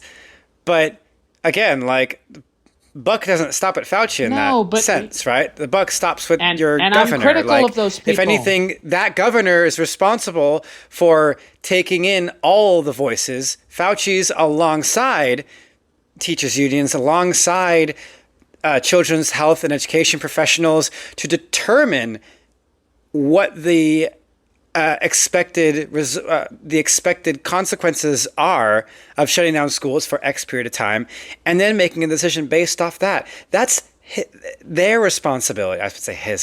That's their responsibility, not Fauci's. Fauci's is just CDC. Fauci's is just public health in the sense of disease prevention and control. Like, I don't blame Fauci for like saying you should have thought about the kids. Like, no, you're thinking about the virus. Like, it's the responsibility of education departments to think about the kids, and they have to like weigh in on those things, right? And a decision is made with all those factors taken in by your governor or mayor or whoever. I don't disagree with that, and I'm immensely critical of those figures. I'm saying that they were very, very reliant on one man's opinion. All of them were. And they shouldn't have been. And it's fair to sit here and say that we martyrized this guy because in a moment when we were completely out of power, he was the anti-Trump. We trusted him because he was the one that we knew was on our side politically in a moment in which we were dealing with a Trump administration in a moment of crisis. And I get that. I get why we did that. And I don't regret doing that. What I do regret is trusting him 100% and not factoring in that potentially some of the things he was saying were not true, and that I trusted him without any question at all. I mean, I told you off camera here, off the recording, like, I believed at the time that we should have an Anthony Fauci day, right? That like it should be a holiday, a national holiday. And I'm pretty sure I said that in my old show, Rational Discourse Politics. Like during 2020, I'm fairly certain I said that. I was wrong. Like I'm openly willing to admit that like I was wrong. Do I think that he is the Antichrist? No. He's a great public servant, but he wasn't perfect. And I just think that why can't we just have the discussions and admit that now looking back, now that we're getting more and more evidence that, like, okay, some of these decisions weren't made solely based on public health. Some of these decisions that he was claiming were based on science were not based on science. There was big disagreement among people that worked with him. Not just like, oh, the MAGA people. There were big disagreements. And yet, the decisions that we as individual Americans were told to make per Fauci's recommendation. I'm not talking about things that are infrastructure things, so those are not decisions the average American is making, right? Those are decisions that people in power are making. Decisions that the individual is making per Fauci's advice, per the CDC advice, which is like masking, vaccinating, staying at home, social distancing 6 feet. All of those things were true. All of those things were proven steps you could take to mitigate the spread of the disease. The decisions that you're talking about are decisions that not the average American is making, like shutting down a school. Like that's a decision that a government's making. The implementation of them caused serious harm in other ways. The implementation of those things by trusting him 100%. And I'm not saying that all of them were wrong. Some of them needed to happen. But like shutting down all bars and restaurants in places, right? Like, I get that is a major concern, but other countries didn't do that. And other countries, I mean, look at how many places in LA are gone now that were there pre-COVID and are now gone. That I know you're aware, right? It breaks my heart because they're places that I loved that you can solely attribute to COVID why they are no longer in business. That's livelihood. That matters. People can say, oh, this is about life versus health versus money. Like, those things are interconnected. Your ability to provide for your family, your ability to not go into debt, all of those things matter towards your health, towards mental health, all of those things. None of that was factored in. And when people talked about those things, we, myself included, largely criticized them for being like anti-science or something. I don't think that was fair. And I really would like to think that if this happened again, we wouldn't do that again, but we probably will. Right. But, and again, that responsibility does not lie with the American public. That responsibility lies with those that we've elected, right? That's the mayor's responsibility to initiate or not initiate a lockdown or a shutdown of certain businesses. Like, as far as the American public is concerned, we were in the right to believe everything Fauci recommended in terms of what we actively could do, like masking, like social distancing, like staying indoors and self-isolating, right? All of those recommendations that we had direct power over, meaning the things that we could do ourselves as individuals to prevent the spread, was correct. The things that were not correct were infrastructure things. And yes, you're right. The people in power shouldn't have taken him at his word, because they should have been smart enough to understand the consequences, the non-health related consequences of those things, right? Mental health, economy, etc. But when you talk to the American people and say you should have been skeptical, well, I mean, maybe, but we also were in the right to believe and follow what he was telling us to do as American people, as the public, right? As an individual. I guess I go back, and I do genuinely think that young people in particular being told to follow the same guidelines as old people was wrong. I do. I think that was a bad recommendation. That was not what other countries did. Young people had immense immunity. We're talking about young, non-immunocompromised people, had immense immunity. It was better for them to go get the virus than to wait a year of their lives, especially at a precarious point in time. I'm not even just talking about children. I'm talking about young adults, people who could go get the virus and survive it. Stay the fuck away from your older parents. That was the logic that we should have been saying. That's what other countries said. If you were healthy, go out, continue to enjoy your life, but do it in a responsible way. And I think that, again, you can talk about the masking, you can talk about the social distancing, all of that. The states that followed that most rigorously do not have better numbers than the states that ignored it completely. And I'm not saying that doesn't mean it works. On a scientific level, I believe it, and I don't regret doing it, right? I don't personally regret doing it because I didn't want to spread the virus to anyone. But I mean, look at Florida.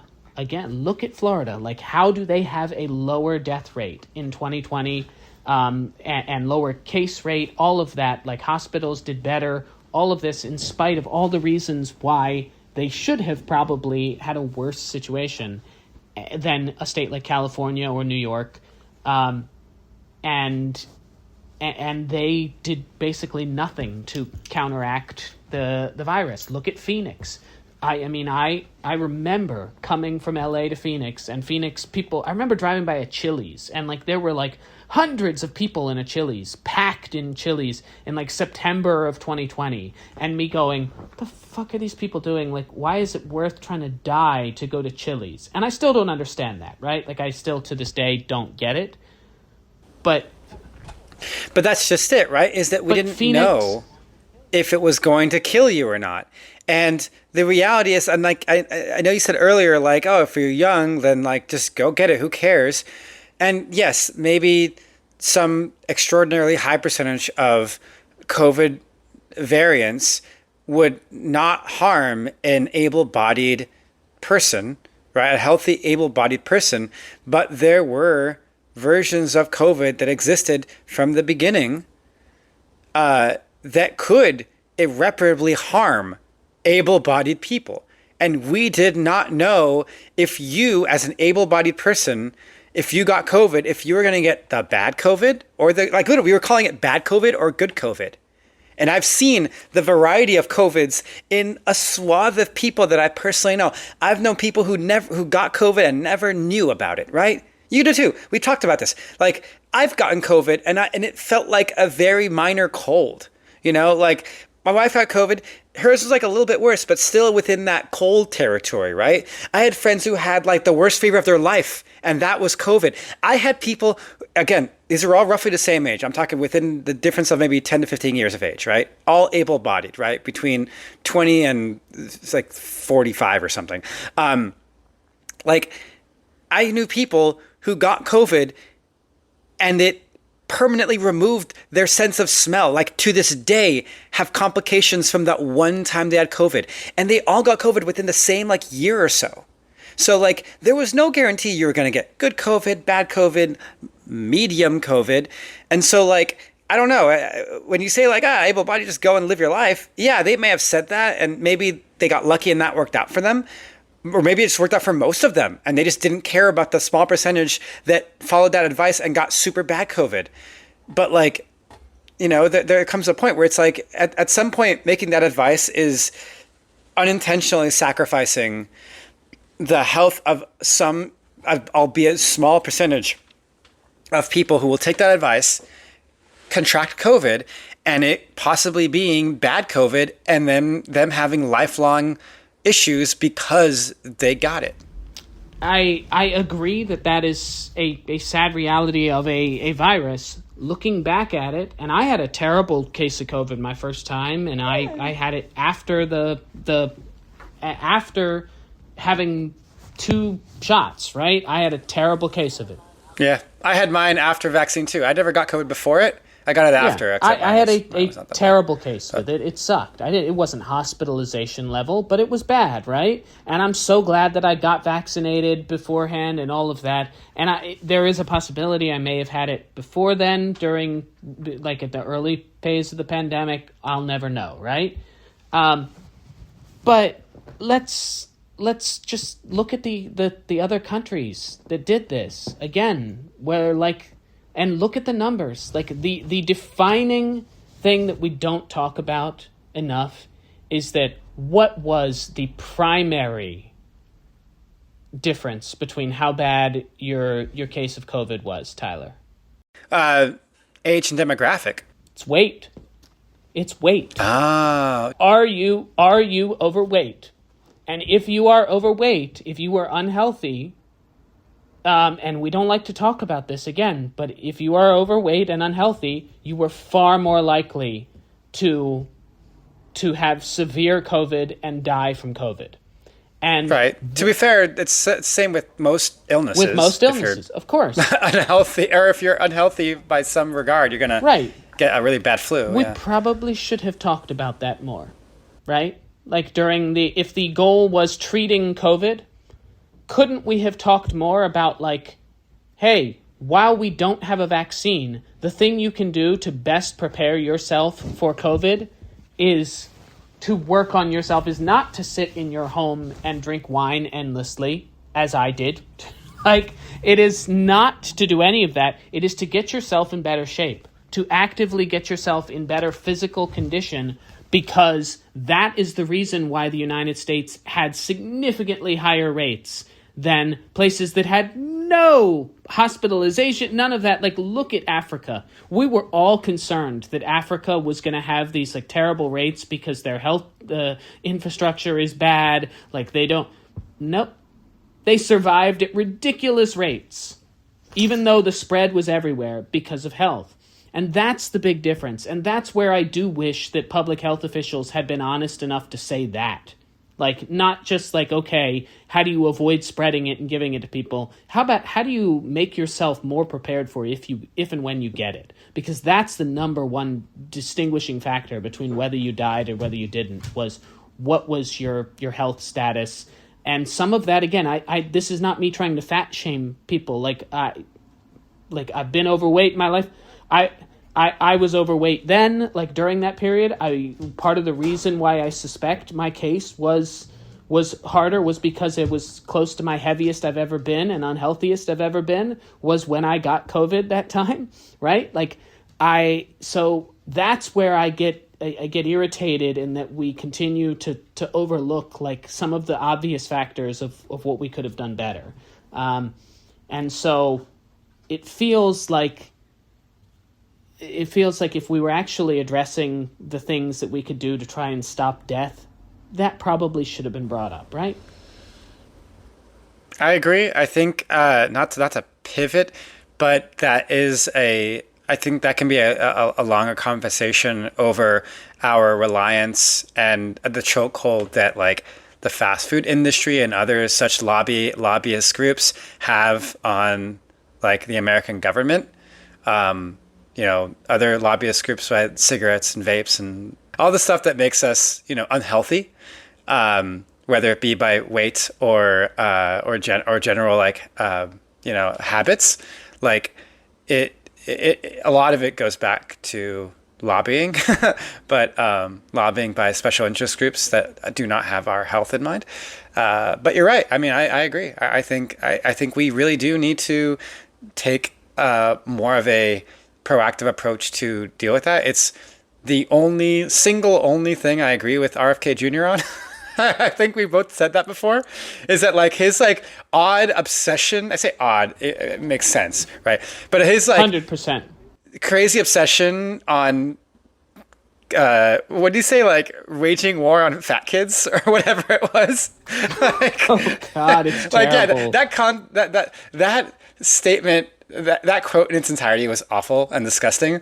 But like, I kind of get the war on fat kids thing. Like, I kind of get where he's going with that. Like, oh yeah, like he wants to prevent, obesity. He wants to lower obesity, and he wants people to be more on board with like healthy like food options. He just unfortunately is paired with a president who exclusively eats unhealthy food and would never dare to upset Ronald McDonald, and tell him to fuck off.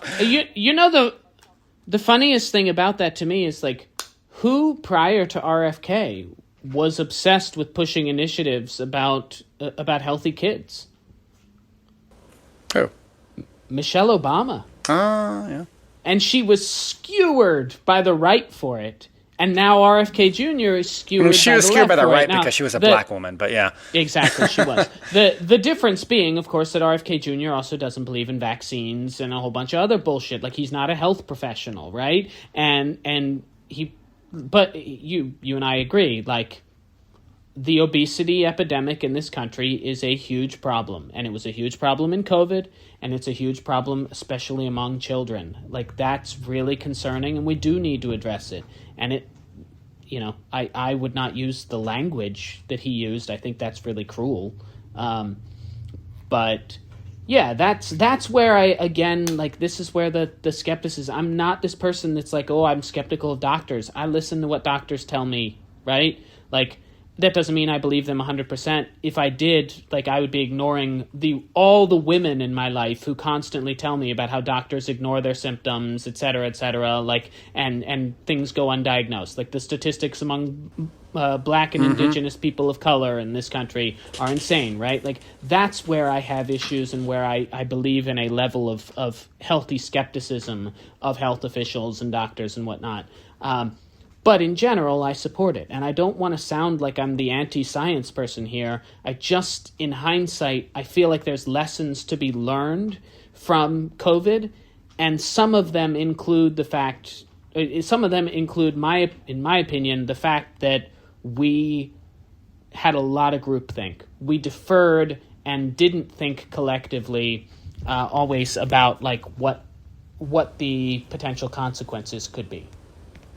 Just as much as we had people who denied everything to a degree that was equally, if not worse, more dangerous, if not worse, to the American public. But we can't win. And I say this as someone who lost people to COVID, right? Because they refused to be vaccinated.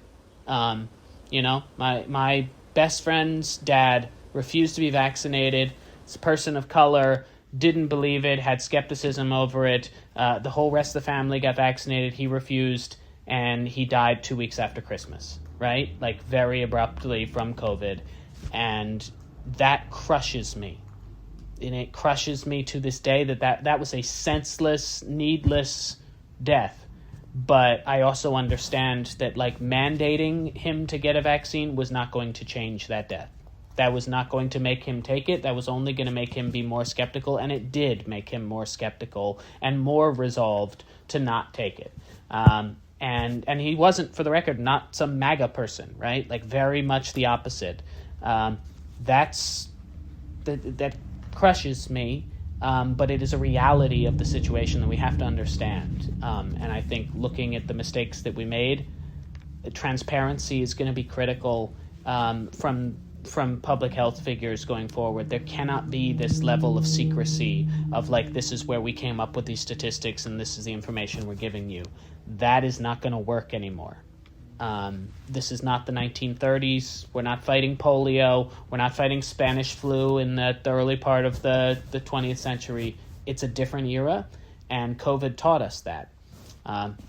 And hopefully we learn. That's all I want to say. And, I appreciate the dialogue. We've been going on about this most of the day now at this point. And I'm sure we can keep going if nobody stopped us. But I guess we should stop for our listeners. But thank you so much. Thank you everyone for listening. I hope this was engaging. I hope this gave you guys maybe some new perspectives on various topics. And if you have comments, if you have thoughts on these topics or any topics, please reach out to us. We'd love to chat with you and share with you our thoughts. But this kind of discussion is important. I can't express how important it is for us to have discussions over topics we disagree on, because that's the only way like either one of us can grow, right, as a person. It's how anyone can grow, right? You will never be able to grow if you if you stay in a bubble of people who agree with you, right? Look at anti-vax people, right?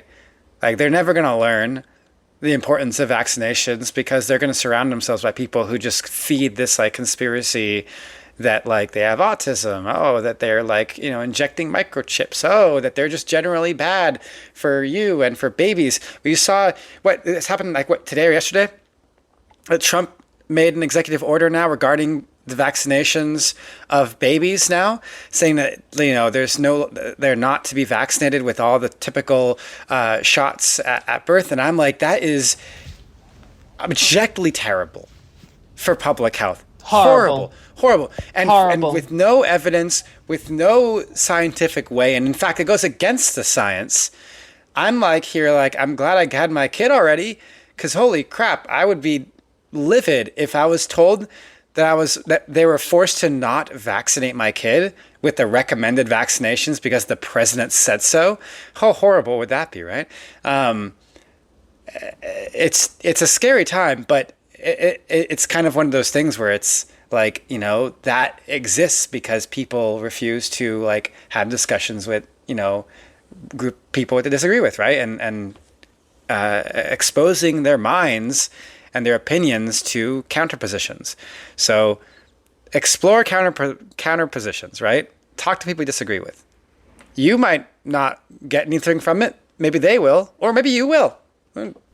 It's never going to be a lose-lose, right? It can only ever help. Look, I've learned a lot from our conversation today, and even on points where we strenuously disagree, there are things that I'm already rethinking, right? Like that's I'm more than willing. I hope if you learn anything from here, like my views continue to evolve and change, and I may feel very differently next year than I do now because of these discussions. It's not just because, I woke up and saw the light. If we didn't have this discussion today, one, there are things that I feel more strongly about because I do feel like, okay, I've heard the other side. I still feel this way, but at least I can do that. There are other things that I feel less strongly about after this discussion where I'm like, maybe I need to rethink this because your argument was very strong. And, that's what you get from... I'll tell you right now, your point over the language that Fauci should have had regarding vaccinations has stuck in my head until now from when you said it, right? Over how it should have been this and it was this, right? It was like, preventing. And I previously was like, yeah, we should just be telling people it prevents it because we need people to take it, right? Like, who cares? We just need people to get jabbed, right, to help with this damn thing. I don't care what they're being told because it's true. That's kind of what I was like, who gives a fuck what they're saying? Yeah, we just need people vaccinated. Holy shit, because people are too stupid to fucking do it on their own. But your argument rang very true over, well, people probably would have been more likely to take it if we were actually truthful, as opposed to just saying the most extremist thing to get them to get jabbed, which is, it'll prevent it, get jabbed, right? It should have been like, hey, here is the nuance over what it will do, please get jabbed. I think you completely sold me on that point. And I think that leads to my kind of final point on that, is that, we are in very lively discussion about this, but at the end of the day, it's never about winning, right? It's never about having like the better point at the end of the day and being like, haha, Jesse, I got you on 4 to 5 points, therefore I win. It's not about that. I don't know. I wasn't keeping score. It doesn't matter. It doesn't matter. No. It doesn't matter. It doesn't matter who had the better point. It just matters that the points were made and the other people listened. So have your debates and discussions, but as much as you can, don't turn it into a competition, right? Don't turn it into I have to win this for my side, or else bad things will happen, right? It just share your opinions and have them share theirs and see what happens, right? I think it's very viral right now. Thanks, Charlie Kirk. I do blame him for this, but it's very viral to have these debates with people, right? And the precedent of these debates are to win, not to really have discussions. It feels like they're in it to win as opposed to educate or learn. Because one, that's what the algorithm likes. They like these gotcha moments, right? So I get it. I get why you think that way. I get why these people are famous, because that's what kind of, gets the numbers up. But as someone who watches those, it's like, as a reminder, in real life, it shouldn't be about that, right? In real life, it's just about learning. It's not about winning, because sometimes the real winner is the friends we made along the way. Oh, wow. What a way to end it there on that beautiful piece of, on that absolutely beautiful piece of sage wisdom there. Thank you for that fortune cookie wisdom there. No, it is totally true. And again, wow, have you made me think today about a lot of things that I'm going to be revisiting in the coming weeks and trying to figure out, okay, how do I feel actually about this? Because, there are things that I'm already questioning and will continue to question, and I'm so glad. That just makes me happy, because I don't always want to be right. Right? It's yes, of course. I know, it's so hard, isn't it? It's so hard. Professor Saywell. No, hard to not be right. But the reality is, I don't want to sit here and think, I'm 100% right all the time. I'm not. And I'm not going to be. And if there is any evidence of that, it is I do feel like the last couple of years, I've said plenty of things that I no longer believe. And I'm more than willing to admit that I think that I was wrong about those things. And I wish that we all were willing to do that, right? I think that we all need to. And when the DSA takes over and you end up being the most wrong person of all, oh, what a day that'll be. All right, on that lovely note. Thank you guys so much for listening. This has been an extra long episode of Reunited States.